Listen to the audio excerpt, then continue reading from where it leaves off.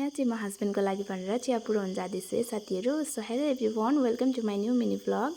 र अहिले चाहिँ म यता चिया पुऱ्याएर पनि घरतिर फर्किसकेको छु र यहाँ चाहिँ आमा र म पनि चिया पिउँदैछु है। र चिया पिसकेर चाहिँ मैले यता भात पनि बसाइदिइसकेको छु र भात बसाइराखेर चाहिँ यता फुलहरूतिर पनि पानी हाल्छु भनेर म चाहिँ यता फुलहरूतिर पानी हाल्न लागिसकेको छु।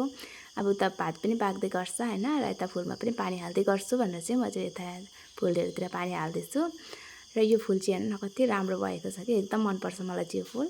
र यो चाहिँ फेरि पुरा ओइलिहाल्छ कि, अलिकति घाम लाग्यो भने। आज तर पुरा चर्को घाम थियो नि त, त्यही भएर होला पुरा ओइलिएछ। र यहाँ चाहिँ मैले हिजो रोपेको फुल हेर्नु न, आज बाख्राले खाएर शेष पारिदिएको छ हो। हामीहरूको यता चाहिँ बाख्रा पुरा छोडिदिन्छ हो, त्यही भएर सबै फुल खाइदिन्छ साथीहरू।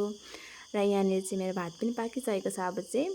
र यहाँ चाहिँ आमा र म भएर फेरि हाँस हुल्दैछु है भित्र। यो हाँस चाहिँ नयाँ हो नि त, र नयाँ नयाँ छ र भित्र पस्नु जानेकै छैन नि त, अनि हामी चाहिँ खेदै खेदै हुल्दैछु हो।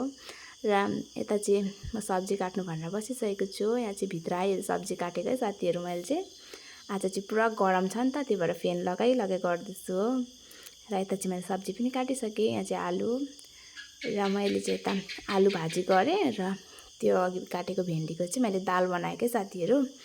र यता चाहिँ हेर्नु सक्नुहुन्छ भेन्डीको दाल। हजुरहरूले चाहिँ खानुभएको छ कि छैन, यो चाहिँ मजाले बनायो भने राम्रो हुन्छ है साथीहरू। र अहिलेलाई चाहिँ